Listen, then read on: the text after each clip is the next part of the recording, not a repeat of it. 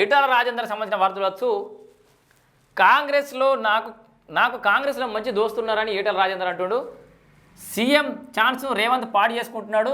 ప్రభుత్వంలో ఏం జరుగుతుందో తెలియక కాంగ్రెస్ నేతలే తలలు పట్టుకుంటున్నారు అంటున్నాడు.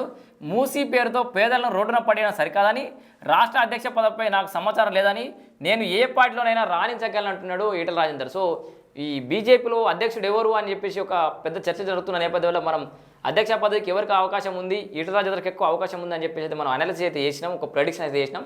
దానికి సంబంధించిన వార్త కూడా మన ఛానల్లో కింద ఉంటుంది. సో బీజేపీ అధ్యక్షుడు అతడేనని చెప్పేసి, సో ఈటల రాజేందర్కి ఎక్కువ అవకాశాలు ఉన్నాయి. అయితే మరి ఎట్లా చెప్పరు కాబట్టి రాష్ట్ర అధ్యక్ష పదవిపై నాకు ఎలాంటి సమాచారం లేదని అయితే అంటుండే. ఇప్పటికైతే నేను ఏ పార్టీలైనా రాణించగలను అని బీజేపీ ఎంపీ ఈటల ఆసక్తికర వ్యాఖ్యలు చేసిండు. అంటే ఇక్కడ ఒక సంచలనం అనుకోవచ్చు. కాంగ్రెస్లో మంచి దోస్తులు అంటుండు, ఓవైపు అధ్యక్ష పదవిపై నాకు సమాచారం లేదంటుండు, మరోవైపు నేను ఏ పార్టీలైనా రాణించగలను అంటుండు. అంటే ఇండైరెక్ట్గా భారతీయ జనతా పార్టీకి ఏమైనా హింట్ ఇస్తున్నాడా, నాకు మంచి దోస్తున్నారు, వీలైతే నేను కూడా అలా వెళ్ళగలుగుతా, కాంగ్రెస్లో కూడా రాణించగలుగుతా అనే మన ఇంటెన్షన్ ఏమైనా ఉందా లోపల?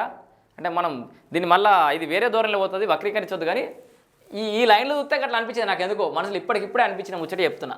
సో కాంగ్రెస్లో మంచి దోస్తులు ఉన్నారు, నాకు ఇప్పటివరకు అధ్యక్ష పదవి మీద సమాచారం లేదు, నేను ఏ పార్టీ అయినా రాణించగలుగుతా అని చెప్పేసి ఆసక్తికర వ్యాఖ్యలని ఇక్కడ రాశారు. కానీ వాస్తవానికి సంచలన వ్యాఖ్యలు అని చెప్పుకోవచ్చు ఈటల రాజేందర్ వ్యాఖ్యలు ఇవి.